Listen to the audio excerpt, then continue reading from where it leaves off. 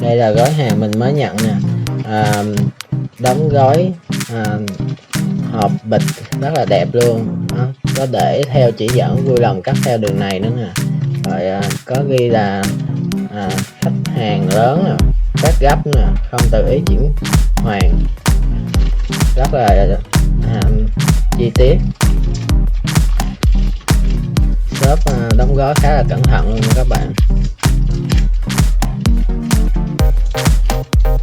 Vì dán băng keo khá là sát cho nên cũng không dám cắt vào đây, sợ nó trúng vào ba lô. Mình sẽ cắt ni lông ra, băng keo ra,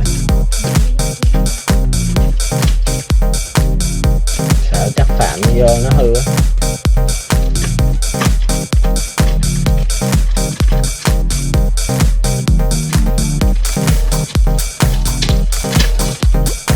Đồ nào mà có hộp thì cắt thoải mái vô tư, còn mà mấy cái đồ mà gói bịch bên trong không có hộp thì các bạn không nên cắt đại nha, cắt nó sẽ rách vào bên trong.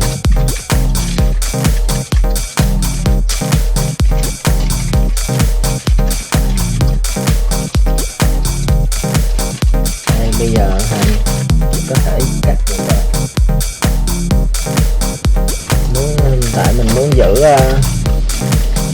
cái bịch này để xem nó thế nào, nhưng mà chắc là người ta đã hàn rồi.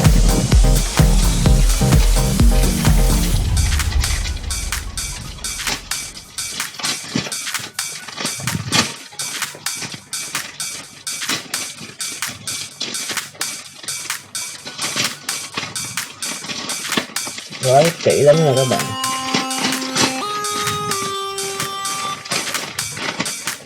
Đây cái bịch này là chuyên để đóng gói luôn nè, thay cho cái hộp giấy.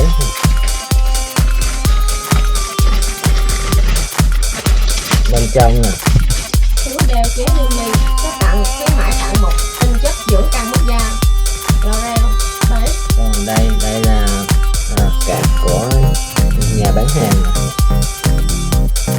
Có bảo hành tùm lum tà la tá lả luôn nha các bạn. Đây là quà tặng kèm khi mua ba lô Olen Paris dưỡng chất căng nước da. Còn đây là ba lô hay túi xách gì đây? Túi đeo chéo. Đây là túi đeo chéo có dây, được bọc kỹ lớp ni lông. Và mình sẽ mở ra, có cả tem nữa là các bạn. Giá 280 mà mình mua chỉ có 100 mấy thôi. Hàng được giảm giá. Đây là dàn tay túi Yumi.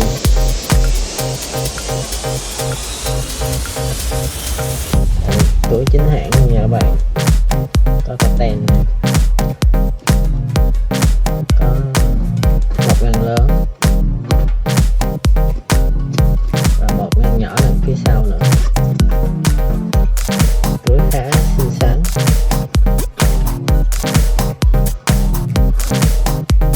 Đây bên trong này dây đeo, có hai ngăn nhỏ phía trong, một ngăn không dây kéo và một ngăn có dây kéo.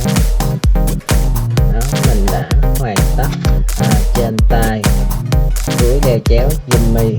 Hôm nay mình sẽ trên tay giày sọc kính hạt hồ ly. Mình vừa nhận hàng sáng nay và bây giờ mình